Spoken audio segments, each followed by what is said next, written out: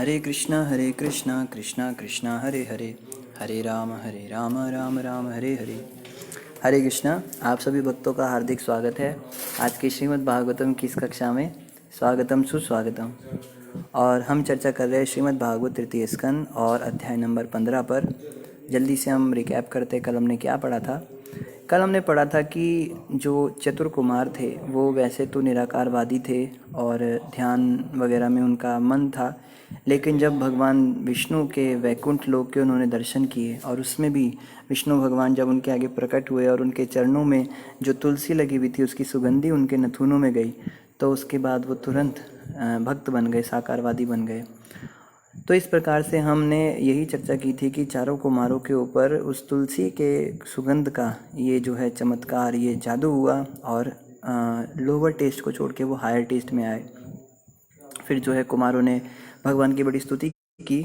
तो इसी श्रृंखला में हम पढ़ेंगे श्रीमद् भागवत तृतीय स्कंद अध्याय 15 और आज हम श्लोक संख्या 46 से शुरू करेंगे। कुमारों ने कहा, हे प्रिय प्रभु, आप धूर्तों के समक्ष प्रकट नहीं होते। यद्यपि आप हर एक के हृदय के भीतर आसीन रहते हैं, किंतु जहाँ तक हमारा संबंध है हम आपको अपने समक्ष देख रहे हैं। यद्यपि आप अनंत हैं, हमने आपके विषय में अपने पिता ब्रह्मा के द्वारा अपने कानों से जो कथन सुने हैं वे अब आपकी कृपा पूर्ण प्राकट्य से वस्तुतः साकार हो गए हैं। तो चारों कुमार जो हैं, इतने भक्त जो होता है ना, बड़ा विनम्र हो जाता है। विनम्रता के मारे ये कह रहे हैं हम तो बड़े धूर्त हैं, लेकिन आप हमारे सामने प्रकट हुए, ये आपकी बड़ी कृपा है। और ब्रह्मा जी जो हमारे पिता है उनसे हमने आपके विषय में जो सुना था वो सब हमारे आगे आज प्रकट हो गया है। हम जानते हैं कि आप परम सत्य अर्थात परमेश्वर हैं, जो अपने दिव्य रूप को अकलुषित विशुद्ध सतोगुण में प्रकट करते हैं। आपका यह दिव्य शाश्वत रूप आपकी कृपा से ही अविचल भक्ति के द्वारा उन मुनियों के द्वारा समझा जाता है जिनके हृदय भक्तिमय विधि से शुद्धि किए जा चुके हैं। तो यहाँ पे चार कुमार बता रहे हैं कि भगवान के विषय में वो व्यक्ति नहीं समझ सकता है जिसके हृदय भक्तिमय विधि के द्वारा शुद्ध नहीं किए गए। हमारे हृदय आज कठोर पत्थर जैसे बने हुए हैं।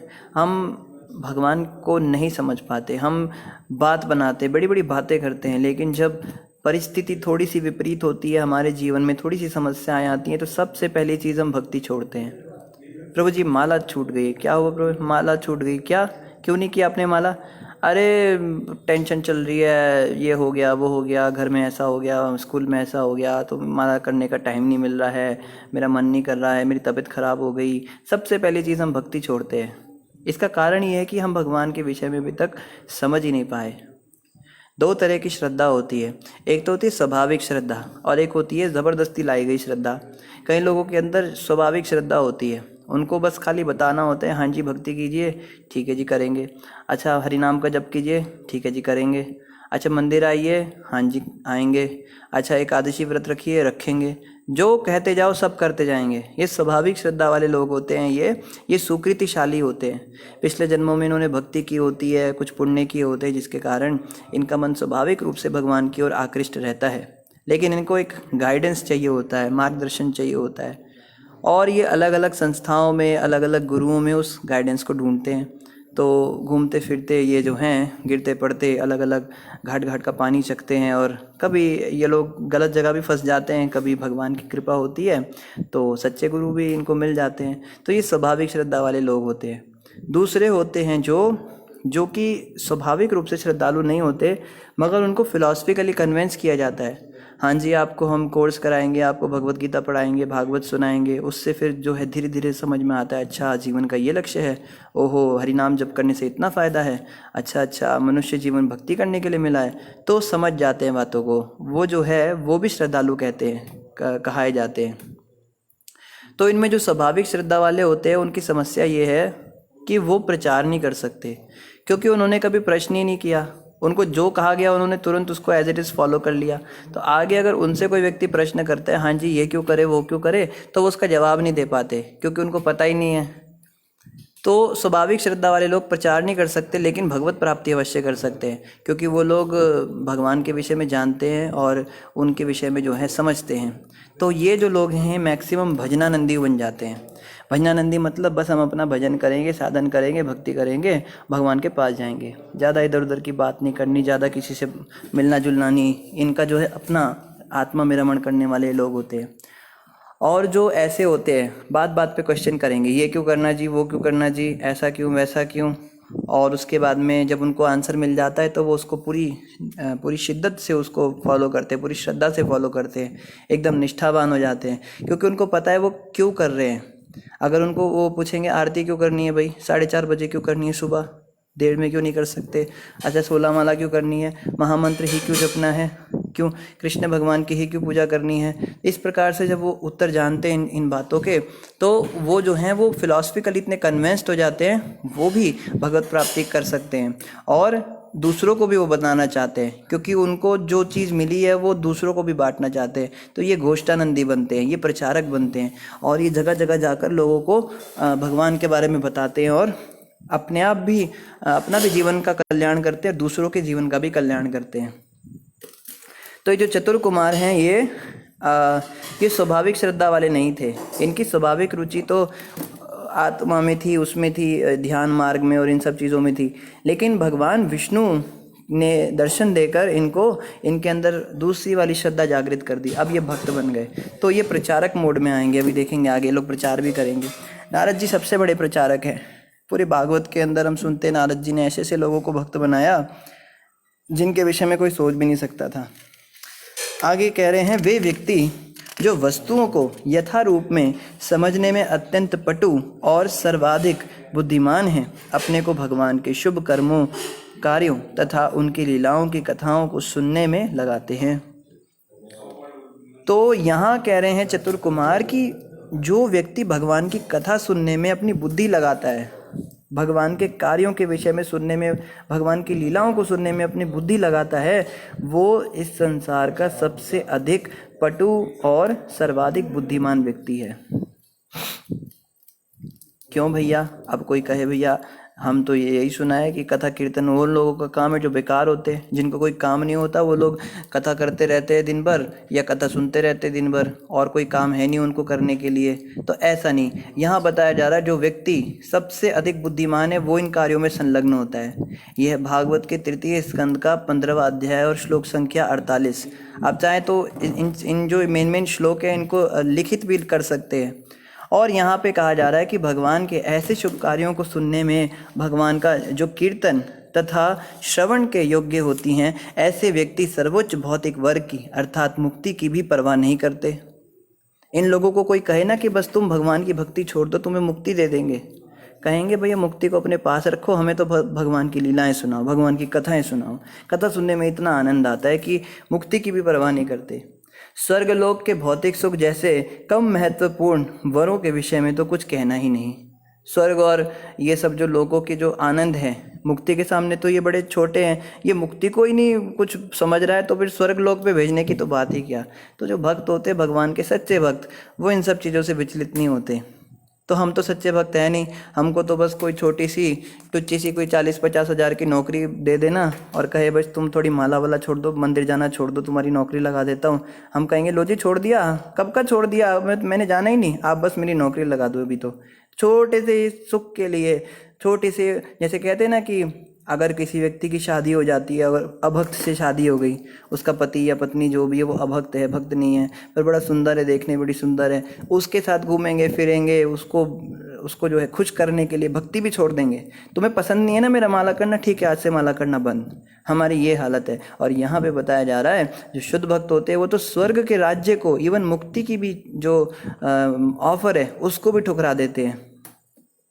आगे कह रहे, हे प्रभु, हम आपको प्रार्थना करते हैं कि जब तक हमारे हृदय तथा मन आपके चरण कमलों की सेवा में लगे रहें, हमारे शब्द आपके कार्यों के कथन से सुंदर बनते रहें। जिस तरह आपके चरण कमलों पर चढ़ाए गए तुलसी दल सुंदर लगने लगते हैं, तथा जब तक हमारे कान आपके दिव्य गुणों के कीर्तन से सदैव पूरित होते रहें, तब तक आप जीवन की जिस किसी भी नारकीय स्थिति में हमें जन्म दे सकते हैं। देखो कितनी बड़ी बात कह दी।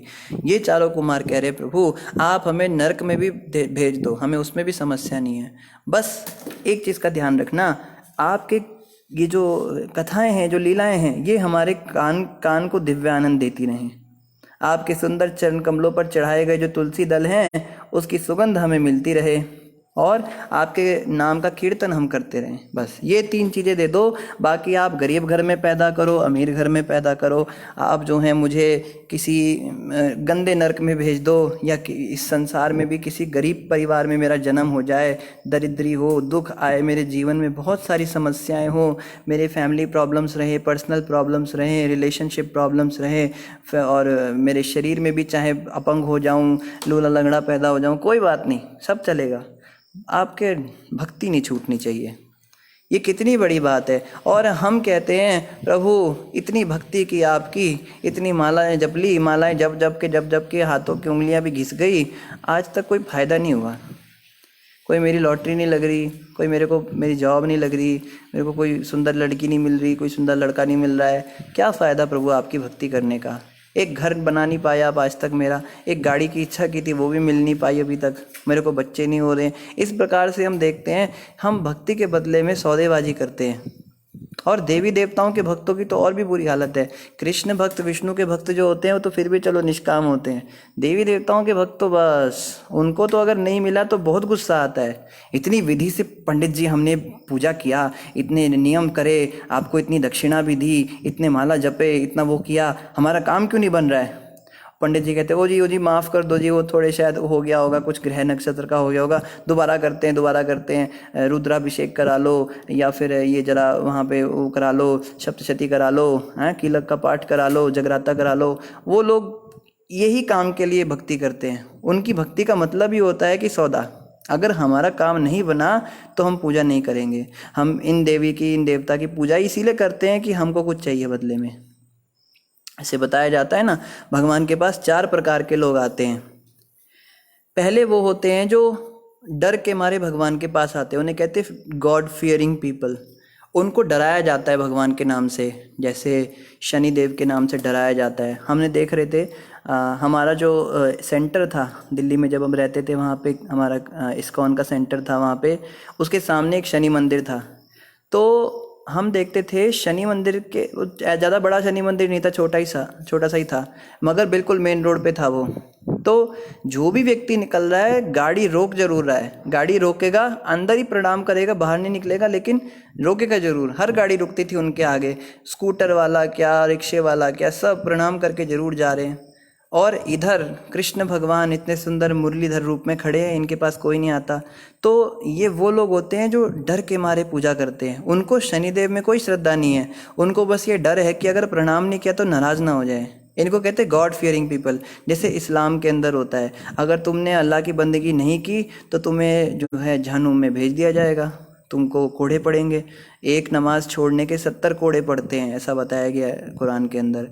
तो या लड़कियां जो इनकी होती है उनको कहा जाता है अगर तेरा सिर से कपड़ा हटा, एक था ना वो पता नहीं कौन से देश की बात है, बहुत बड़ा मौलाना था, तो उसकी जो बेटी थी शायद 5-6 साल की लड़की थी उसकी कुछ, उसने सिर पे कपड़ा नहीं ढका था और किसी बहुत बड़े प्रोग्राम में वो ऐसी आ गई, अपने बाप के पास आकर लिपट गई अपने बाप से। तो सारे आदमी उसको देखने लगे, तो उसके बाप को बड़ी शर्म आई, मैं तो इतना बड़ा दूसरों को उपदेश देता हूँ, मेरी बेटी ऐसे। उसने पकड़ा उस लड़की का सिर और सीधा दीवार में फोड़ दिया उसका माथा, और वो मरी गई बेचारी। तो ये जो हैं, ये सब चीज़ें दिखाकर उनकी औरतों को डराया जाता है, तुम हिजाब पहन के रखो, तुम बुर्खा पहन के रखो, हमारी सुन्नत है। ये कट्टरपंथी जो है ये सब चीज़ें, तो ये गॉड फियरिंग पीपल होते हैं, इनको डरा डरा के भगवान की भक्ति कराई जाती है। ये भी चलो ठीक है, नास्तिकों से तो अच्छे ही हैं। जो लोग नास्तिक होते हैं, जो बिल्कुल भगवान से दूर होते हैं, उनको भी अगर डरा मरा कर किसी तरह से भगवान के पास लाया जाए वो भी ठीक है। लेकिन ये भक्ति इतनी श्रेष्ठ नहीं है। क्योंकि जब डर निकल जाता है तो भक्ति भी खत्म हो जाती है। ये भक्ति है ही नहीं वास्तव में, ये बस एक डर के मारे की गई एक बंदगी है। जैसे राजा के सामने सेवक लोग बड़े ध्यान से उनकी सेवा करते हैं, पर उनको राजा से कोई प्रेम नहीं होता, वो बस खाली डर के मारे करते हैं क्योंकि उनको मृत्यु दंड ना मिल जाए। इनसे श्रेष्ठ होते हैं जो लोग एक इच्छा के कारण भक्ति करते हैं। उनकी बड़ी सारी इच्छाएं होती हैं, वो लालच के कारण भगवान के पास आते हैं। तो जैसे ये होते हैं शिव जी के भक्त होते हैं, देवी माता के भक्त होते हैं, इनको लालच दिया जाता है, हाँ जी आप 16 सोमवार करो, आपको बड़ी सुंदर पत्नी मिल जाएगी, आप जो हैं ये फलाना जगराता करवा लो, साई संध्या करा लो, आपको बच्चा हो जाएगा, आप जो हैं ये वाला उपाय कराओ, गंडमूल संस्कार कराओ, आप जो हैं ये जन्मपत्री टेवा देखने वाले जो होते हैं ये कहते हैं ये वाली अंगूठी पहन लो, ये वाली पूजा करा लो, इन देवता की मंदिर बना दो, तो आपका ये फ़ायदा हो जाएगा। तो जब हम छोटे थे तो हमें भी हमारी माँ कहती थी बेटा सरस्वती जी की पूजा किया कर, सरस्वती की पूजा करने से हमें विद्या मिलती है। तो हम भी करते थे, अब गणेश जी की पूजा करते थे, सरस्वती जी की करते थे, तो और हनुमान जी की पूजा करने से शक्ति मिलती है शरीर में और दुश्मनों से रक्षा होती है, और सूर्यदेव की पूजा करने से रोग नहीं होते, बड़ा कुछ बताया जाता था। तो ये जो होते हैं ये इनको लालच देकर भक्ति कराया जाता है। ये उन लोगों से श्रेष्ठ हैं क्योंकि ये डर के मारे भक्ति नहीं कर रहे हैं। जो डर के मारे भक्ति कर रहा है उसके दिमाग में ये बहुत गंदा व्यक्ति है, बहुत क्रूर व्यक्ति है और हमें ज़बरदस्ती इसकी भक्ति कराई जा रही है। उनके मन में भगवान की कोई अच्छी इमेज नहीं होती, भगवान को बहुत ही क्रूर व्यक्ति वो समझते हैं। लेकिन जो ये इच्छा वाले हैं, भौतिक इच्छाओं के कारण जो भगवान का नाम ले रहे हैं, ये लोग कम से कम भगवान को एक अच्छा व्यक्ति समझते हैं, किसी देवता को या भगवान को। ये सोचते हैं चलो ये अच्छा आदमी है, मैं इसका ये करता हूँ, ये मेरा वो करेगा, मैं इसकी 16 सोमवार के व्रत रखूँगा या इसके वीरवार के व्रत रखूँगा या मंगलवार के व्रत रखूँगा, तो बदले में मुझे ये चीज़ें मिल जाएंगी। तो ये लोग उनसे तो श्रेष्ठ हैं, पर ये भी भक्ति नहीं है, ये व्यापार है। व्यापार का मतलब होता है मैंने आपको 50 रुपये दिए, आप मुझे मैगी बनाकर खिला दो, मैगी खा ली, अब उठ के चले गए, आप कौन मैं कौन, कोई मतलब नहीं। जब काम पूरे हो जाते हैं तो विशेष देवता को भी भूल जाते हैं ये लोग को उस देवता से, उस देवी से कोई अटैचमेंट नहीं होता, इन्हें बस अपने काम बनाने होते हैं, और जब इनके काम बन जाते हैं तो ये चलते बनते हैं, फिर ये भूल जाते हैं उसको। तो ये भी भक्ति नहीं इतनी श्रेष्ठ है। इनसे श्रेष्ठ होते हैं जो आउट ऑफ ड्यूटी भक्ति करते हैं। कई लोग हमें मिलेंगे निष्काम होंगे, उनको बोलो कि मंदिर क्यों आते हो, कहते भगवान ने हमें इतना कुछ दिया, हमें माँ बाप दिए, हमें संसार दिया, इतना सुंदर शरीर दिया, हमारी ड्यूटी है भगवान के पास आना। तो वो लोग कहते हैं कि हम भगवान से कुछ मांगने नहीं आते, हम बस खाली भगवान के दर्शन करने आते हैं, क्योंकि भगवान एक बहुत महान व्यक्ति है जिन्होंने सब संसार दिया, हमें बनाया, वसुंधरा दी, प्रकृति दी, पानी दिया, खाना दिया, और रोज़ हम पे इतनी कृपा कर रहे हैं, इतना हमको आशीर्वाद दे रहे हैं। तो ये हमारी ड्यूटी है, हमें ज़रूर इनकी पूजा करनी चाहिए। उनको आप कोई भी अनुष्ठान, कोई भी नियम बताओगे तुरंत कर देंगे, क्योंकि उनके मन में भगवान के प्रति एक रिस्पेक्ट का भाव होता है, एक आदर का भाव होता है। वो भगवान को बहुत ज़्यादा रिस्पेक्ट से देखते हैं, वो भगवान की थोड़ी सी भी तौहीन बर्दाश्त नहीं कर पाएंगे। अगर उनके सामने बोला जाए कि भगवान तो ऐसा व्यक्ति है, भगवान तो वैसा व्यक्ति है, वो सुनेंगे ही नहीं, क्योंकि वो जानते हैं कि भगवान एक बहुत महान व्यक्ति है जिसने सब कुछ बनाया है।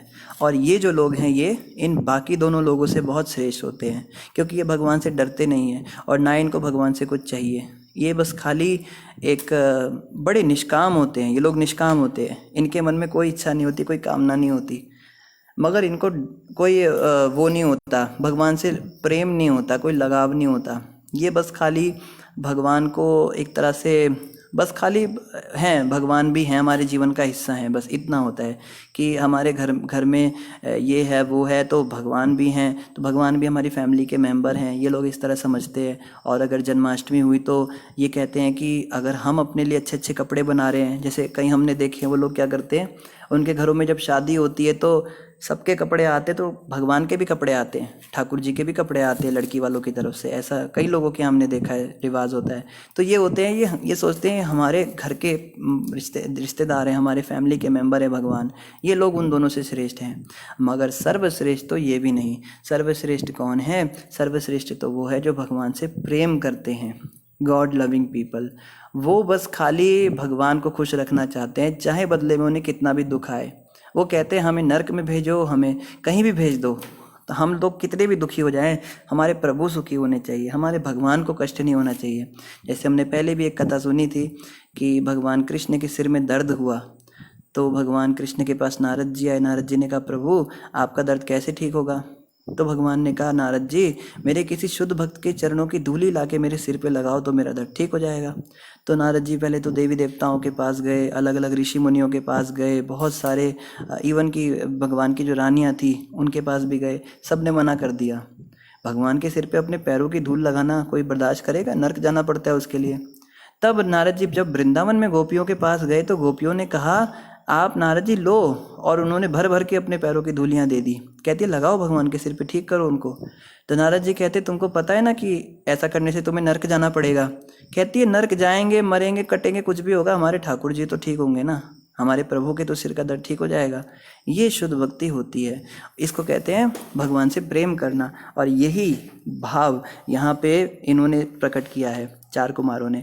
क्या कह रहे हैं? जब तक आप जीवन की किसी भी नारकीय स्थिति में हमें जन्म दे सकते हैं, मगर प्रभु आपसे प्रार्थना कर रहे हैं हम, हमारे हृदय तथा मन आपके चरण कमलों की सेवा में लगे रहें, हमारे शब्द सुंदर बनते रहे जिस तरह आपके चरण कमलों पर चढ़ाए गए तुलसी दल सुंदर लगते हैं, और हमारे कान आपके दिव्य गुणों के कीर्तन में सदैव पूरित होते रहें।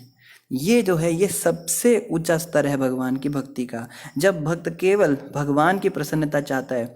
देखो पीछे हमने सुना था जब देवी देवता प्रार्थना कर रहे थे भगवान से, तो वो यही प्रार्थना कर रहे थे, प्रभु आप भी तुष्ट रहें और हम भी सुखी रहें, हम आपकी पूजा पाठ करेंगे, सब कुछ करेंगे ताकि आपको भी अच्छा लगे, लेकिन बदले में हमारे भी काम बनते रहने चाहिए। इवन देवता भी उस स्तर तक नहीं पहुँचे। शुद्ध भक्ति के स्तर पे तो केवल भगवान के बड़े विरले शुद्ध भक्त होते हैं जो कहते हैं कि प्रभु हमें कुछ भी मत दो, आप इवन हमें कष्ट दे दो। कुंती महारानी तो यहाँ तक कहती थी, मुझे कष्ट दीजिए प्रभु, दुख दीजिए, ताकि मैं आपको याद कर सकूं। दुख में आप याद आते हो, और आपको याद करने का मतलब है जन्म मृत्यु के चक्कर से छूटना। तो इस प्रकार से जो है शुद्ध भक्ति जो है ये होती है। प्रद्युम्न प्रभु पूछ रहे हैं, हरे कृष्णा प्रभु जी एक क्वेश्चन है कि लक्ष्मी माता के साथ सरस्वती माता और गणेश जी क्यों होते हैं? तो प्रभु जी ये शास्त्रों के तो अंदर कोई वर्णित है नहीं, लेकिन ये एक चलन चला, एक प्रथा चल गई थी हमारे हिंदू समाज में। बड़ी सारी मान्यताएं होती हैं, उसके अनुसार बताया जाता है कि लक्ष्मी जी हमको धन देंगी, सरस्वती जी हमको विद्या देंगी, और गणेश जी हमें संपन्नता देंगे।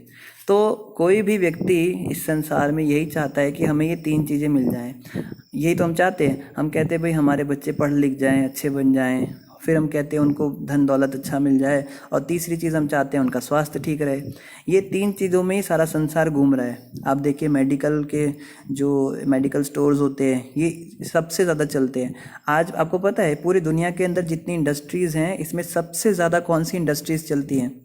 सबसे ज़्यादा जो इंडस्ट्री चलती है वो मेकअप इंडस्ट्री जी। जो मेकअप लगाने, लिपस्टिक और काजल और पता नहीं क्रीम में और दवाइयाँ जो होती हैं शरीर को सुंदर करने के लिए, इसकी जो इंडस्ट्री है सबसे ज़्यादा चलती है। सबसे महंगी चीज़ें कॉस्मेटिक्स हैं, और भारत के अंदर बाहर के देशों से इतने कॉस्मेटिक्स आते हैं, हमारे देश का सबसे ज़्यादा पैसा इन चीज़ों पे जाता है। तो हर व्यक्ति जो है ये चाहता है कि हम सुंदर दिखें, हमारा शरीर अच्छा हो, और दूसरी चीज़ हम चाहते हैं हमको बीमारी ना लगे। उसके लिए सेकंड सबसे ज़्यादा चलने वाली जो इंडस्ट्री है पूरी दुनिया की वो है दवाइयों की इंडस्ट्री।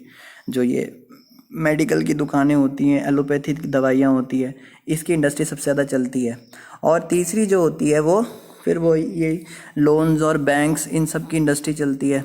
तो पूरी दुनिया इन्हीं तीन चीज़ों के आगे पीछे घूम रही है। वो चाहते हैं हम बड़े पढ़े लिखे हो जाएं, बड़े सुंदर दिखे, शरीर हमारा रोगग्रस्त ना हो, शरीर सुंदर हो, धन संपन्न हो जाएं हम लोग। तो इसीलिए इन तीन देवताओं को जो है एक साथ रख कर इनकी पूजा की प्रथा चलाई गई थी, शुरू की गई थी।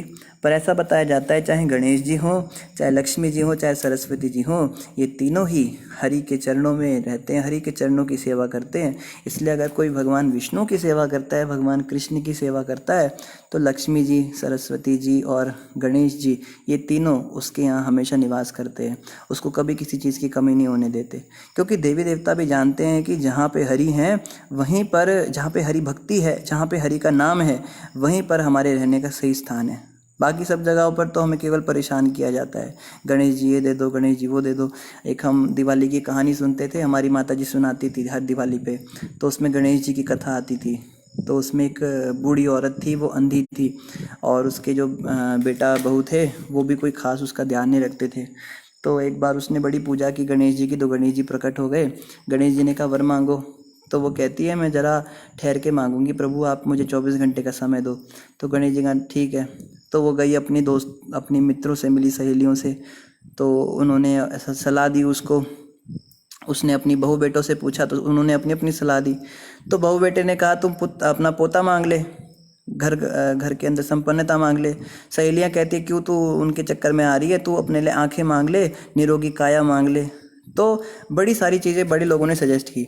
तो जब 24 घंटे के बाद गणेश जी आए, ये कथा है, उसमें आप पढ़ सकते हैं। उसके बाद वो क्या मांगती है, वो कहती है मुझे निरोगी काया दो, अच्छी माया दो, और मेरे को पोता भी दो, आंखें भी दो, बड़ा कुछ मांग लेती है, बहुत सारी चीज़ें उसमें मांगती है वो। फिर जो है गणेश जी कहते हैं बुढ़िया माई तूने तो मुझे ठग लिया, लेकिन चल जो तूने मांगा है सब कुछ तेरे को मिलेगा। और उसके बाद में जो है गणेश जी अप्रकट हो जाते हैं। फिर उसके बाद में लास्ट लाइन आती है उस कथा में कि हे गणेश जी भगवान, जैसे आपने उस बुढ़िया माई को सब कुछ दिया, ऐसी आप हम सबको भी देना। ये हमारी हालत है, हम देवी देवताओं से केवल सोचते हैं कि इनको खाली कर दें। जैसे आजकल लोग टी शर्ट पहनते हैं ना छोटे बच्चे, उस पर लिखा होता है my dad is my ATM। बच्चे पहन के घूमते हैं। तो हमने क्या बना रखा है, Ganesh ji is my ATM, Lakshmi ji is my ATM। तो हम बस खाली सोचते हैं उनसे निकलवा लो जितना निकलवा सकते हो, ये मांग लो वो मांग लो। तो जो है इस तरह की पूजाएं जो है ये श्रेष्ठ भक्ति नहीं है, ये केवल व्यापार है। हमको भगवान विष्णु की निश्चल भक्ति करनी चाहिए। आगे यहाँ पे बता रहे हैं, क्या बता रहे हैं, अतः हे प्रभु, हम भगवान के रूप में आपके नित्य स्वरूप को सादर नमस्कार करते हैं, जिसे आपने इतनी कृपा करके हमारे समक्ष प्रकट किया है। आपका परम नित्य स्वरूप अभागे अल्पज्ञ व्यक्तियों द्वारा नहीं देखा जा सकता, किंतु हम इसे देखकर अपने मन में तथा दृष्टि में अत्यधिक तुष्ट हैं। तो चार कुमार कह रहे प्रभु जी, हे मेरे प्रभु, आपके इस रूप का दर्शन करने मात्र से हम अत्यधिक तुष्ट हैं, हमें और कुछ नहीं चाहिए। हमें ना निरोगी काया चाहिए, ना आंखों की ज्योति चाहिए, ना पोता चाहिए, जो उस बुढ़िया ने मांगा वो सब चीज़ें नहीं बोली इन्होंने कहा बस हम तो तुष्ट हैं, और आपका परम नित्य स्वरूप अभागे अल्पज्ञ व्यक्तियों द्वारा नहीं देखा जा सकता। जो अभागे अल्पज्ञ व्यक्ति हैं, जो बुद्धिहीन हैं, जो केवल इन्हीं चीज़ों के पीछे रहते हैं, ये दे दो वो दे दो, वो लोग आपका दर्शन कभी नहीं कर सकते। उनके लिए संभव ही नहीं है आपका दर्शन कर पाना। ये दर्शन तो जो है क्या, हम इसे देखकर अपने मन में तथा दृष्टि में अत्यधिक संतुष्ट हैं। तो जो व्यक्ति संतुष्ट हो जाते हैं, जीवन में बहुत सारी इच्छाओं से जो हैं बिल्कुल हट जाते हैं, उनका दिमाग इन चीज़ों से बाहर आ जाता है, जो निष्काम हो जाते हैं उन्हें ही भगवान विष्णु दर्शन देते हैं। तो हम सब कहते हैं ना कि हरि तुम दर्शन देते नहीं, हरि के दर्शन प्रभु बस हरि दर्शन हो जाएं, अखियाँ हरि दर्शन की प्यासी। मीरा जी का बड़ा सुंदर भजन है। तो वो कहती हैं आँखियाँ हरि दर्शन की प्यासी। तो हरि के दर्शन की हम सबकी आँखियाँ प्यासी हैं, लेकिन हरि उसको दर्शन देते हैं जो बहुत सारी इच्छाएं, बहुत सारे ये करना है, वो खाना है, इन सब चीज़ों से दूर हो जाता है। जिसको कहते हैं ना कि गोधन गजधन भूमि धन और रतन धन खान, जो आए संतोष धन सब धन दूरी समान। जब किसी व्यक्ति को संतोष रूपी धन आ जाता है तो सारे धन धूल के समान हो जाते हैं। इस संसार में संतुष्टि नाम की कोई चीज़ ही नहीं है। आप कितना भी खाओ, देखो कितने साल हो गए, 20, 22, 50 साल हम सबको हो गए खाते खाते। कितना खाया, क्या इस पेट की भूख खत्म हो गई? पेट पता नहीं क्या भगवान ने लगा रखा है, कितना खिलाया इसको, लेकिन आज तक ये भरा ही नहीं। अभी फिर खाली हो जाता है, फिर कहता है और दो। ये शरीर इस तरह से बनाया गया है, इसमें जितना भी इंद्र तृप्ति, आप इंद्र तृप्ति की बात कीजिए, कितनी इंद्र तृप्ति की है, बताइए। पति पत्नी ने या फिर और भी जो और भी कार्य होते हैं पैसा कमाने के लिए, कितने पैसे खर्च किए, कितने सुंदर सुंदर कपड़े इस शरीर को पहनाए, क्या मन भर गया? नहीं भरा। इस संसार के अंदर हम कुछ भी भोग कितनी भी मात्रा में कर लें, कभी मन नहीं भरने वाला। केवल एकमात्र हरि ही ऐसे हैं जो हमें खुश कर सकते हैं। इन चीज़ों से हम खुश होते नहीं, तो क्यों इन चीज़ों में अपना समय बर्बाद करें? जो भक्त इन चीज़ों के पीछे भाग कर भगवान की भक्ति को ही सबसे उच्च लक्ष्य मानता है, उसको भगवान विष्णु के दर्शन होते हैं। और इसी के साथ हमारा 15वां अध्याय समाप्त हुआ। अब हम 16वां अध्याय पढ़ेंगे। 16वें अध्याय का नाम है वैकुंठ के 2 द्वारपालों जय विजय को मुनियों द्वारा शाप। तो अब हम वो कथा पढ़ेंगे जिसमें वैकुंठ के जो 2 द्वारपाल हैं इनको शाप मिला। अभी तक क्या हुआ, अभी ना चारों मुनियों ने इन दोनों को श्राप दिया और भगवान विष्णु अंदर से बाहर आ गए वैकुंठ के अपने दरवाजे खोलकर, और उन्होंने आकर जो है केवल दर्शन दिया, और ये चारों कुमार भगवान के सामने प्रणाम कर रहे हैं। उसके बाद क्या हुआ, ब्रह्मोवाच, ब्रह्मा जी ने कहा, इस तरह मुनियों को उनके मनोहर शब्द के लिए बधाई देते हुए भगवत धाम में निवास करने वाले पूर्ण पुरुषोत्तम भगवान ने इस प्रकार कहा। तो ये जो कथा ये ब्रह्मा जी सुना रहे देवताओं को। श्री भगवान उवाच, क्या कहा फिर भगवान जी ने? भगवान ने कहा, जय तथा विजय नामक मेरे इन परिचरों ने मेरी अवज्ञा करके आपके प्रति महान अपराध किया है। हे मुनियों, आप लोगों ने उन्हें जो दंड दिया है उसका मैं अनुमोदन करता हूँ, क्योंकि आप मेरे भक्त हैं। मेरे लिए ब्राह्मण सर्वोच्च और सर्वाधिक प्रिय व्यक्ति हैं। मेरे सेवकों द्वारा दिखाया गया अनादर वास्तव में मेरे द्वारा प्रदर्शित हुआ है, क्योंकि वे द्वारपाल मेरे सेवक हैं। इसे मैं अपने द्वारा किया गया अपराध मानता हूँ, इसलिए मैं घटी हुई इस घटना के लिए आपसे क्षमा चाहता हूँ। ये देखो, ये भगवान विष्णु हैं। भगवान का स्वभाव जानिए, भगवान हैं कैसे। हम भगवान भगवान करते हैं, पूजा पाठ भी करते हैं, पर हम जानते नहीं व्यक्तिगत रूप से कैसे हैं भगवान की, क्या पर्सनैलिटी है।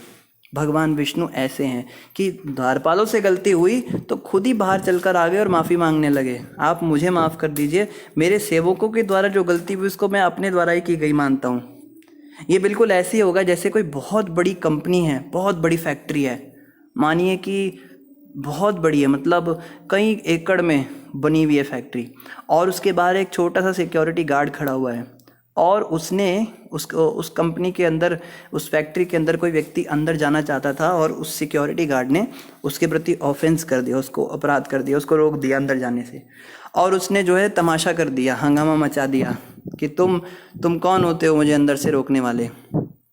तो ऐसी स्थिति में क्या इस बहुत बड़ी फैक्ट्री का जो मालिक है, जो सीईओ है कंपनी का, जिसने सारा सेटअप लगाया है, वो अपने एसी वाले कमरे को छोड़ के, अपनी कुर्सी को छोड़कर पैदल चलकर और वो गेट के बाहर आएगा उस व्यक्ति से माफ़ी मांगने के लिए?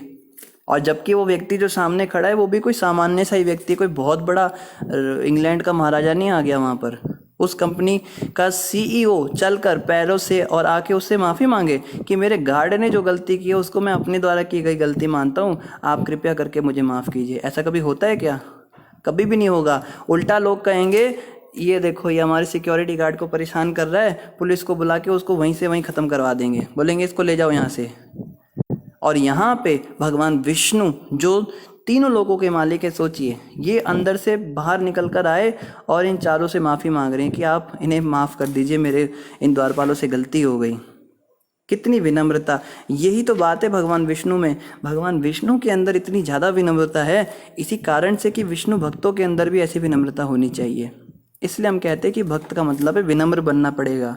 जब तक हम विनम्र नहीं बनेंगे तब तक भगवान के पास कैसे जाएंगे? सोचिए, भगवान के कहते हैं ना कि जैसा देश वैसा भेष, वहाँ पे तो सब विनम्र होकर रहेंगे, और हम जो हैं अकड़ में चलेंगे अपनी, हम कहेंगे जी हम तो बहुत बड़े आदमी हैं, तो वहाँ पे हम रह नहीं पाएंगे ऐसे बनकर। अगर हमें वैकुंठ में जाना है तो हमें वहीं के लोगों जैसा स्वभाव विकसित करना पड़ेगा। तो ये जो विनम्रता है ये बहुत बड़ा गुण है जो भक्तों के अंदर होना ही चाहिए। स्वयं भगवान के अंदर इतनी विनम्रता है। देखिए आगे भगवान क्या कहते हैं, खाली सॉरी नहीं मांगी। एक तो होता है चलो ऊपर से सुपरफिशियली सॉरी बोल दिया कि चलो बात खत्म करो, तुम हंगामा करना बंद कर दो, ये नहीं, सच में हृदय से भगवान सोच रहे मुझसे बड़ा अपराध हो गया। क्या कह रहे हैं, किसी सेवक द्वारा किए गए गलत कार्य से सामान्य तौर पर लोग उसके स्वामी को दोष देते हैं, जिस तरह शरीर के किसी भी अंग पर श्वेत कुष्ठ के धब्बे सारे चमड़ी को दूषित बना देते हैं। तो भगवान एग्जाम्पल दे रहे हैं, जैसे फुलवारी हो जाती है ना, ये धब्बे हो जाते, सफ़ेद बॉडी हो जाती है, कई लोगों की शरीर पे दाग हो जाते हैं सफ़ेद काले। तो जैसे एक छोटा सा भी दाग किसी भी अंग पे शरीर पे लगे तो पूरी चमड़ी को वो दूषित कर देता है, फिर उसके शरीर पे वो एलर्जी फैलती जाती है। तो इसी तरह भगवान कह रहे हैं अगर कोई छोटा सा सेवक भी कोई गलती करता है तो उसके स्वामी को ही दोष दिया जाता है। आजकल लोग जो है ना वो जिम्मेदारी नहीं लेते, वो कहते हैं सॉरी ये हमारी जिम्मेदारी नहीं है, उसने गलती की तो हम क्या कर सकते हैं इसमें। पर ऐसा नहीं होता, जिम्मेदारी लेनी पड़ती है। संपूर्ण संसार में कोई भी व्यक्ति, यहाँ तक कि चंडाल भी जो कुत्ते का मांस पकाकर और खाकर जीता है, वह भी तुरंत शुद्ध हो जाता है यदि वह मेरे नाम यश आदि के गुणगान रूपी अमृत में कान से सुनते हुए स्नान करता है। तो इस श्लोक में भगवान कह रहे हैं चंडाल भी शुद्ध हो सकता है अगर वो मेरी कथा सुनता है। और हम कहते हैं ये अछूत जाति है, इसको छूने से हम जो है अशुद्ध हो गए, ये तो जन्म जाति अशुद्ध हैं, इनके तो शरीर, इनकी तो पीढ़ियों से कोई भी शुद्ध नहीं है, इनके घर के अंदर सब ऐसे होते हैं। हम इस प्रकार की बातें करते हैं। इवन मैंने कई लोगों को सुना है वो कहते हैं ये इस्कॉन संस्था जो है इनके यहाँ तो पता नहीं कैसे कैसे लोग होते हैं, वो साउथ अफ्रीका के जो जंगली लोग होते हैं वो लोग तिलक लगा के और कूदते हैं, हरी बोल करते हैं। पता नहीं उन लोगों को, आपको पता है प्रभुपाद जी जब आए थे ना विदेशों से प्रचार करके, प्रभुपाद जी अपने साथ अपने शिष्य लाए थे अपने, उनको वाइट एलिफेंट्स कहते थे प्रभुपाद जी। ये मेरे सफ़ेद हाथी हैं, सब गोरी चमड़ी वाले जो हैं और धोती कुर्ता और साड़ी पहन के नाच रहे हैं, हरे कृष्णा कर रहे हैं। पहली बार ऐसा हुआ था भारत के अंदर गोरी चमड़ी वालों को लोगों ने इस रूप में देखा हो, नहीं तो वो तो केवल हमको हमारे धर्म के खिलाफ भड़काना, हमें प्रताड़ित करना, हमें दंड देना, मारना पीटना और यही सब देखा था। तो जब इस तरह से देखा इनको तो सारे न्यूज़पेपर के अंदर प्रभुपाद जी छा गए थे। 1970s की बात है, उस समय पे जितने भी बड़े बड़े न्यूज़पेपर थे पूरे भारत के अंदर, सब में प्रभुपाद जी का बड़ा सा फोटो था और वो विदेशी लोगों का फोटो था कि इन स्वामी ने इन अंग्रेज़ों को जो है हिंदू बना दिया, जो हमको क्रिश्चियन बना गए, हमारे सभ्यता को ख़राब कर गए, हमारे स्कूलिंग एजुकेशन सब बेकार कर गए। और इन शिष्यों को लेकर प्रभुपाद जी बड़े अरमानों से गए थे मायापुर में। मायापुर वो जगह है जहाँ पे श्री चैतन्य महाप्रभु आज से 500 साल पहले प्रकट हुए थे, वहीं से सारा आंदोलन शुरू हुआ है। श्री चैतन्य महाप्रभु ने सबसे पहले दलित समाज के लोगों को भक्त बनाया था, वैष्णव बनाया था और उनको समानता का अधिकार दिलवाया था बंगाल के अंदर। और बड़े छोटे जाति के सब तरह के लोग महाप्रभु के पास आते थे और महाप्रभु कहते थे वैष्णव की कोई जात नहीं है। तो ये कॉन्सेप्ट वहाँ से शुरू हुआ था और वहाँ पे श्रील भक्ति सिद्धांत सरस्वती ठाकुर प्रकट हुए जो प्रभुपाद जी के गुरु महाराज थे। और भक्ति सिद्धांत प्रभुपाद जी की इच्छा थी कि मेरे शिष्य विदेशों में जाकर प्रचार करें, लेकिन भक्ति सिद्धांत प्रभुपाद जी के कई शिष्य विदेशों में गए भी, थोड़े बहुत एक आधे कोई सफल भी हुए लेकिन इतने ज़्यादा नहीं। प्रभुपाद जी तो बिल्कुल बम ब्लास्ट की तरह हजारों की संख्या में इतने सारे अंग्रेज़ों को भक्त बनाकर आ गए। तो प्रभुपाद जी बड़े अरमानों से गए कि मैं मायापुर में जाऊंगा, मेरे गुरु भाई लोग देखेंगे तो बड़े खुश होंगे इन अंग्रेज़ी शिष्यों को कि ये अंग्रेज़ी लोग आज हरिनाम का जप कर रहे हैं, हरि बोल कर रहे हैं, कृष्ण भक्ति कर रहे हैं, कहाँ ये गौ मांस खाने वाले, कुत्ते का मांस खाने वाले ये भक्त बन गए। लेकिन आपको जान के हैरानी होगी, जब प्रभुपाद जी मायापुर गए वहाँ पे क्या हुआ, वहाँ पे जो उनके सो कॉल्ड गुरु भाई थे, कोई तो गंगा में कूद गया, कोई कान पकड़ के भाग गया। कहता है इन मलेच्छ लोगों को, इन यवन लोगों को इनको देख लिया हमने, हम अशुद्ध हो गए, हम अपवित्र हो गए। ये लोग चंडाल जाति के हैं, ये लोग गौ मांस खाने वाले हैं, कुत्ते का मांस खाने वाले हैं, इन लोगों का चेहरा देखने से हम अशुद्ध हो गए। ये प्रभुपाद जी का स्वागत हुआ वहाँ पे और प्रभुपाद जी की बड़ी भर्त्सना हुई। बड़े उनके जो गुरु भाई थे वो आकर उनको बोलते थे आप क्या कर रहे हो, आपको पता भी है आप इन लोगों से हरिनाम करवा रहे हो, इनको यहाँ पर लेकर आ गए आप देखिए मायापुर इतनी पवित्र जगह है, यहाँ पर ऐसे लोगों का आना वर्जित होता है। इस तरह की बातें प्रभुपाद जी को सुननी पड़ी थी और बहुत प्रभुपाद जी का दिल टूटा जब उन्होंने ये सब देखा। लेकिन प्रभुपाद जी कभी भी विचलित नहीं होते थे, प्रभुपाद जी अकेले ही डटे रहे। और कुछ और भी गुरु भाई थे प्रभुपाद जी के, सब एक जैसे नहीं थे, कुछ अच्छे गुरु भाई भी थे जो बड़ा उन्होंने सराहना भी की प्रभुपाद जी की कि आपने ही वास्तव में हमारे गुरु महाराज की इच्छा को पूरा किया है कि पूरे विश्व के अंदर आपने इतना व्यापक प्रचार किया और इन विदेशी लोगों को, इन गोरी चमड़ी वालों को आपने कृष्ण भक्त बनाया। तो प्रभुपाद जी की स्तुति करने वाले भी बहुत थे पर निंदा करने वाले भी थे। तो यहाँ पे इस श्लोक के अंदर बताया जा रहा है कि कोई चंडाल भी है, कुत्ते का मांस भी पका के खाता है, अगर वो भी भगवान की कथा सुनता है तो वो शुद्ध हो सकता है। ज़रूरी नहीं है कि अगर कोई जन्मजात ऐसे खराब जगह पे जन्मा है, उसका जन्म अच्छे परिवार में नहीं हुआ है तो वो भक्त नहीं बन सकता। इवन हमारे जो नामाचार्य हरिदास ठाकुर हैं, जो कि 24 में से 22 घंटे नाम जपते थे, सोचिए, वो एक मुसलमान परिवार में जन्मे थे। बचपन में उनका जन्म एक मुसलमान परिवार में हुआ था, लेकिन भगवान के अनन्य भक्त थे, पहुँचे हुए भक्त थे। तो भक्तों की कोई जात पात नहीं होती।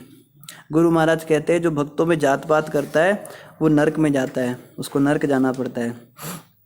जो गुरु को साधारण व्यक्ति समझता है, भगवान के विग्रह को पत्थर की मूर्ति समझता है और वैष्णवों में जात रखता है, वो ये तीनों लोग जो हैं नरकों में जाते हैं। आगे क्या कह रहे हैं? आगे कह रहे हैं ये अब आप लोगों ने निश्चित रूप से मेरा साक्षात कर लिया है, अतएव मैं अपनी भी भुजा को काटकर अलग करने में तनिक संकोच नहीं करूँगा, यदि इसका आचरण आपके प्रतिकूल लगे। तो भगवान विष्णु यहाँ तक कह रहे हैं कि अगर मुझे अपनी भुजा भी काट के आपको अर्पण करनी पड़े अपनी इस गलती का पश्चाताप करने के लिए, तो मैं उसमें भी हिचकूंगा नहीं भगवान। और सच में वो ऐसा कर भी देते अगर चार कुमार कहते तो। लेकिन देखो भगवान कितने विनम्र हैं। और ये श्लोक भगवान विष्णु के द्वारा ही बोला गया है कि कुत्ते का मांस खाने वाला भी अगर मेरा हरिनाम सुनता है, मेरी लीलाओं का गायन सुनता है, तो वो भी शुद्ध हो सकता है। ये बात जो है ये स्वयं भगवान के द्वारा बोली गई है। आगे भगवान कहते हैं, भगवान ने आगे कहा, चूँकि मैं अपने भक्तों का सहायक हूँ, इसलिए मेरे चरण कमल इतने पवित्र बन चुके हैं कि वे तुरंत ही सारे पापों को धो डालते हैं। और मुझे ऐसा स्वभाव प्राप्त हो चुका है कि देवी लक्ष्मी मुझे छोड़ती नहीं। यद्यपि उसके प्रति मेरा कोई लगाव नहीं है और अन्य लोग उसके सौंदर्य की प्रशंसा करते हैं तथा उसकी रंच मात्र कृपा पाने के लिए भी पवित्र व्रत रखते हैं। तो भगवान विष्णु देखो, यानी भगवान विष्णु हैं, सोचिए भगवान हैं, वो चाहे तो खुल्लम खुल्ला कह सकते हैं कि मेरे चरण सबको पवित्र करते हैं, और करते भी हैं। लेकिन भगवान क्या कह रहे हैं कि मेरे जो चरण हैं ये मेरे भक्तों के हृदय में रहते हैं। मेरे जो भक्त लोग हैं उन चरणों का चिंतन करते हैं और उन शुद्ध भक्तों की कृपा से मेरे चरण इतने शुद्ध बन गए हैं कि जो भी इनकी शरण लेता है वो तुरंत पवित्र हो जाता है। ऐसा स्वभाव इन चरणों को प्राप्त हुआ। और आगे कहते हैं, मुझे भी ऐसा स्वभाव प्राप्त हो चुका है कि देवी लक्ष्मी मुझे छोड़ती नहीं है। ये भी आप जैसे भक्तों की कृपा है। भगवान ऐसी बात कर रहे हैं, सोचिए। और कह रहे हैं ये जो लक्ष्मी है, ये जो लक्ष्मी माता है, इसको प्रसन्न करने के लिए कि छोटी सी एक बस कृपा की दृष्टि हो जाए, हल्की सी, लक्ष्मी माता बस एक बार पलक झपक के देख ले हमारी और इतना भी हो जाए, उसके लिए भी लोग इतने बड़े बड़े पवित्र व्रत। आगे तो देखो भगवान कह रहे हैं लक्ष्मी के प्रति भी मेरी जरा सी भी रति नहीं आ सकती नहीं। और आगे भगवान कहेंगे कि लेकिन मेरे भक्तों के प्रति मैं हमेशा उनके हृदय में रहता हूँ, मेरे भक्तों से मुझे बड़ा लगाव है। आगे बोलेंगे, ज्ञान यज्ञाग्नि में जो मेरे ही निजी मुखों में से एक है, यज्ञकर्ताओं के द्वारा डाली हुई आहुतियों में मुझे उतना स्वाद नहीं मिलता जितना कि घी से सिक्त उन व्यंजनों से जो उन ब्राह्मणों के मुख में अर्पित किए जाते हैं, जिन्होंने अपने कर्मों के फल मुझे अर्पित कर दिए हैं और जो मेरे प्रसाद से सदैव तुष्ट रहते हैं। ये श्लोक भगवान विष्णु के द्वारा बोला जा रहा है। भगवान कह रहे हैं जो बड़े बड़े यज्ञ करते हैं ना, और यज्ञ के द्वारा अग्नि में समिधा डालते हैं और आहुतियाँ डालते हैं, वो मुझे इतनी अच्छी नहीं लगती जितना कि मेरे भक्त जो होते हैं, जो ब्राह्मण होते हैं, उनके मुख में घी से बने हुए पकवान अगर उनके मुंह में डाले जाते हैं, वही मुझे सबसे ज़्यादा अच्छा लगता है। कहने का मतलब ये है, ब्राह्मण यहाँ उसको कहा गया है, भगवान कह रहे हैं जिन्होंने अपने कर्मों के फल मुझे अर्पित कर दिए हैं और जो मेरे प्रसाद से सदैव तुष्ट रहते हैं। ब्राह्मण का मतलब ये नहीं होता कि जाति का ब्राह्मण होना चाहिए। यहाँ पे ब्राह्मण का मतलब बताया है जो अपने सारे कर्मों के फल भगवान को अर्पित कर चुका है, जो भगवान के नाम के प्रचार के लिए अपना जीवन समर्पित कर चुका है, जिसने अपने सारे कर्म भगवान की तुष्टि के लिए अर्पित कर दिए हैं। उसके मुख से कुछ भी शब्द निकलेगा तो भगवान की प्रसन्नता के लिए होगा। उसके मन में जो भी संकल्प होगा वो भगवान की खुशी के लिए होगा। उसके शरीर से जो भी कार्य होगा वो भगवान को खुश करने के लिए होगा। वो ऐसा जो व्यक्ति है, ऐसा जो भक्त है भगवान का, और क्या कह रहे हैं, भगवान के प्रसाद से ही वो तुष्ट रहता है। उसको आप 56 भोग ला के दे दोगे, मेवे और कुलचे और आइसक्रीम और बटर नान और सब कुछ ला के दे दो, जितना भी स्वादिष्ट से स्वादिष्ट सामान है, लेकिन वो भगवान का भोग लगा हुआ प्रसाद नहीं है, तो वो उसका तिरस्कार कर देगा।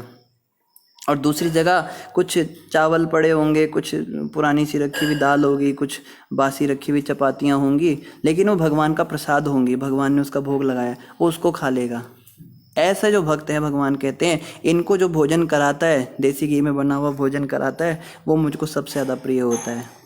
तो ऐसे ब्राह्मणों को भोजन हमें कराना चाहिए, ऐसे भक्तों को हमें भोजन कराना चाहिए, अवश्य, बड़ा ज़रूरी है। भक्ति के जो 6 अंग हैं, भक्तों के बीच में प्रेम व्यवहार बढ़ाने के जो 6 अंग होते हैं, उसमें से एक है प्रसाद खिलाना। हमको प्रसाद खिलाना चाहिए, और विशेष रूप से अगर ऐसे शुद्ध भक्त को कभी हमें भोजन कराने का मौका मिल जाए तो यही समझना चाहिए साक्षात हरि ने इनके मुख से खाया है। मैं अपनी अबाधिक अंतरंगा शक्ति का स्वामी हूँ, तथा गंगा जल मेरे पाँवों को धोने से निकला हुआ जल है। वही जल जिसे शिवजी अपने सिर पर धारण किए हुए हैं, उनको तथा तीनों लोकों को पवित्र करता है। यदि मैं वैष्णव के पैरों की धूल को अपने सिर पर धारण करूं, तो मुझे ऐसा करने से कौन मना करेगा। क्या बोलने वाले हैं यहाँ पे भगवान विष्णु कह रहे हैं कि मेरे चरणों से जो धोकर जल निकलता है वो गंगा के नाम से जाना जाता है, और उसको भगवान शिव जी भी अपने सिर पे धारण करते हैं कि ये विष्णु के चरण से निकला हुआ जल है, और बता रहे हैं तीनों लोगों को वो पवित्र करता है। लेकिन यदि मैं वैष्णवों के पैरों की धूल को अपने सिर पर धारण करूं, भगवान कहते हैं मेरे जो भक्त हैं उनके पैरों की धूल मैं अपने सिर पर अगर धारण करूं तो मुझे ऐसा करने से कौन मना करेगा। कहने का भाव है कि भगवान भी कह रहे हैं कि मैं ऐसी इच्छा करता हूँ मेरे भक्तों के चरणों की धूली मैं अपने सिर पे लूँ। और ऐसे वैष्णवों के प्रति हम क्या भाव रखते हैं, हम उनकी निंदा चुगली करते हैं। कितनी कितनी खतरनाक बात है, समझिए कि भगवान विष्णु कह रहे हैं मैं उन वैष्णवों के चरणों की धूली अपने सिर पे लूँ, और हम उन वैष्णवों में दोष देख रहे हैं कि ये ऐसा है वो वैसा है। समझने की बात है। इसीलिए कहा गया है हरि स्थाने अपराधे तारे हरि नाम, तोमार स्थाने अपराधे नाही परित्राण, एक बार करुणा करो वैष्णव गोसाई। कहते हैं कि अगर कोई हरि के प्रति अपराध कर देता है, भगवान के प्रति कुछ अपराध कर देता है, कुछ गलत बात भगवान के लिए बोल देता है, या उससे कोई गलती हो जाती है, तो हरि नाम का जप करने से वो उस अपराध से मुक्त हो जाता है। लेकिन जो वैष्णवों के प्रति अपराध कर देता है, भगवान के किसी भक्त को कुछ गलत बात बोल देता है, उसका दिल दुखा देता है, या शारीरिक रूप से मानसिक रूप से उसको प्रताड़ित कर देता है, तो कहते हैं उसका कोई परित्राण नहीं, उसको तो हरिनाम भी नहीं बचा सकता, स्वयं भगवान भी उसको नहीं बचा सकते। तो बहुत सजग रहना चाहिए। भगवान देखो कितनी महिमा बता रहे हैं अपने भक्तों की। आगे कहते हैं ब्राह्मण, गौवें तथा निस्सहाय प्राणी मेरे ही शरीर हैं।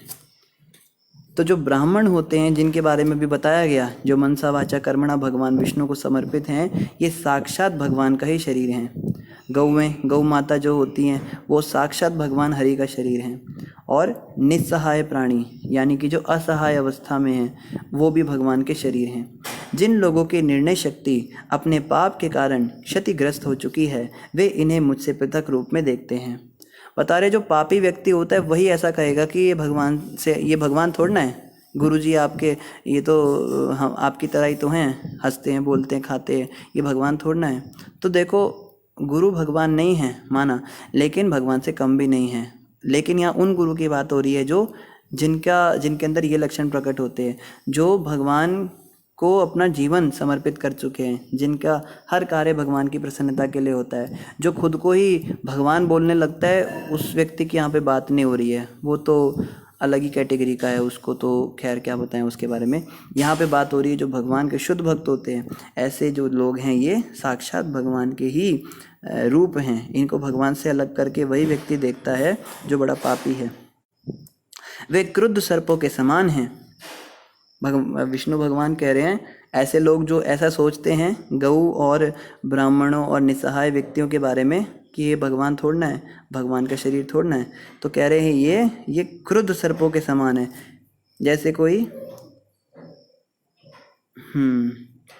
क्रुद्ध मतलब बड़े क्रोध में। सांप जो है ना, सांप एक तो वैसे ही इतना खतरनाक होता है, ऊपर से क्रोधित सांप जो होता है वो और भी जो है बस खाली मारने काटने का ही काम करता है, परेशान ही करता है औरों को। और वे पापी पुरुषों के अधीक्षक यमराज के गीध जैसे दूतों की चोंचों से क्रोध में नोच डाले जाते हैं। भगवान विष्णु कह रहे हैं ऐसे लोग जो हैं यमराज के जो दूत हैं, यमराज के दूत गीद की तरह उनको नोच नोच के खाते हैं। गीद जो होते हैं ना, गीद को कभी आप देखें तो गीद बड़ा डरावना होता है। ईगल वल्चर जो होते हैं ये डेड बॉडी को खाते हैं। पारसी लोग जो होते हैं, पारसी कल्चर वाले, वो क्या करते हैं, अगर कोई मर जाता है उनके घर में तो उसको चील के आगे डाल देते हैं, गीद के आगे डाल देते हैं। तो अगर आप कभी देखो बड़ा नोच नोच के उनकी बोटियां निकाल निकाल के वो खाते हैं। तो भगवान विष्णु कहते हैं कि ऐसे जो अपराधी होते हैं, वैष्णवों के प्रति जो अपराध करते हैं, अपराध की तो बात छोड़ो, यहाँ तक भगवान तो यहाँ तक कह रहे हैं जो उनको मुझसे अलग करके देखते हैं, फिर जो अपराध करें उसकी तो बात ही क्या। उनको यमराज के दूत ऐसे ही नोच नोच के सताते हैं जैसे गीद किसी जानवर को या किसी मनुष्य के मृत शरीर को नोच नोच के खाता है। दूसरी ओर ऐसे लोग जो हृदय में पुलकित रहते हैं और आत्मतुल्य हंसी से अलौकित अपने कमल मुखों से ब्राह्मणों द्वारा कटु वचन बोलने पर भी उनका आदर करते हैं, वे मुझे मोह लेते हैं। उसके विपरीत बता रहे हैं भगवान कि जो लोग हमेशा खुश रहते हैं, पुलकित रहते हैं, हमेशा प्रसन्नचित्त रहते हैं, मेरी भक्ति में लगे रहते हैं, और अगर उन्हें मेरा कोई शुद्ध भक्त, उनको कोई मेरा ब्राह्मण ये जो है कोई गलत बात भी बोल दे, कटु वचन भी बोल दे, कोई कड़वी बात बोल दे, तो भी उनको कभी उल्टा जवाब नहीं देते, उनके प्रति हमेशा आदर बुद्धि रखते हैं, वे मुझे बहुत प्रिय, मुझे मोह लेते हैं ऐसे लोग। वे ब्राह्मणों को मुझ जैसे ही मानते हैं और प्रिय वचनों से उनकी प्रशंसा करके उन्हें उसी तरह शांत करते हैं जिस तरह पुत्र अपने क्रुद्ध पिता को प्रसन्न करता है, या मैं तुम लोगों को शांत कर रहा हूँ। तो भगवान आगे कहते हैं कि अगर मेरे किसी ब्राह्मण को, भक्त को गुस्सा भी आ जाए तो वो व्यक्ति उनको मीठे मीठे वचन बोल के शांत कर देता है प्रेम से। जैसे मैं आपको शांत कर रहा हूँ, आपको भी गुस्सा आया था अभी अभी, और जैसे कोई पुत्र जो होता है उसके पिता को अगर कभी क्रोध आ जाता है तो बेटा क्या करता है, बेटा बाप को थप्पड़ थोड़ा ना मारता है, वो शांत करता है, पिताजी को मीठे वचन बोलता है, आदर से बात करता है। तो जो ऐसे लोग होते हैं जो मेरे भक्तों के प्रति इतनी ज़्यादा आस्था रखते हैं, वे क्या करते हैं, वे मुझे मोह लेते हैं। ऐसे लोग जो हैं मुझे बहुत पसंद हैं, उन पे मैं बड़ी कृपा करता हूँ। तो इससे हमें समझना है वैष्णवों की कितनी भगवान इज्जत कर रहे हैं, और भगवान अगर वैष्णवों की इतनी इज्जत कर रहे हैं तो हमें भी निश्चित रूप से करनी चाहिए। आगे भगवान कहते हैं, मेरे इन सेवकों ने अपने स्वामी के मनोभावों को न जानते हुए आपके प्रति अपराध किया है, इसलिए मैं इसे अपने प्रति किया गया अनुग्रह मानूंगा। यदि आप यह आदेश दें कि वे मेरे पास शीघ्र ही लौट आएं और मेरे धाम में उनका निर्वासन काल शीघ्र ही समाप्त हो जाए। तो आगे भगवान रिक्वेस्ट कर रहे हैं कि आपने मेरे सेवकों को जो दंड दिया है बिल्कुल सही किया आपने, आप मेरे भक्त हो, आपके प्रति इन्होंने ऐसा अपराध किया, आपने बिल्कुल ठीक किया। लेकिन मेरी ऐसी आपसे एक रिक्वेस्ट है कि आप अगर ठीक लगे आपको तो आप ऐसा भी कुछ इंतज़ाम कीजिए कि जल्दी से मेरे पास वापस भी आ जाएं, क्योंकि ये भी मेरे प्रिय हैं, ये भी बेचारे गलती इनसे हो गई मगर ये भी मुझे बहुत प्रिय हैं, तो ये वापस मेरे धाम में लौट सके, ऐसा भी कुछ अरेंजमेंट आप कीजिए। इस प्रकार से भगवान विष्णु ने इनको कहा। आगे जो है ब्रह्म उवाच, ब्रह्मा जी क्या कहते हैं आगे, ये हम कल जानेंगे। इन्हीं शब्दों के साथ समय लगभग पूरा हो गया। आप सभी भक्तों का बहुत धन्यवाद। हरे कृष्णा। और वैकुंठ प्रभु ने ग्रुप का लिंक डाल दिया है, आप में से जो भक्त ग्रुप में ऐड नहीं है ग्रुप में ऐड हो जाइए। और अयोध्या प्रभु भी आज के महाराज जी के प्रवचन का लिंक डाल देंगे, आप उसको भी अवश्य सुनिए। किसी का कोई प्रश्न हो तो कमेंट पे डाल सकते हैं। इन्हीं शब्दों के साथ आप सभी का धन्यवाद। ग्रंथराज श्रीमद् भागवत महापुराण की जय, जगत गुरु श्रील प्रभुपाद की जय, गौर भक्तवृंद की जय। हरे कृष्णा। भक्त लोग लेट आते हैं, आप सभी से प्रार्थना है आप समय पर आया कीजिए, तो लेट आएंगे तो छूट जाएगा आपका, फिर आपको आगे समझ नहीं आएगा। ठीक है, आप सभी का धन्यवाद। हरे कृष्णा।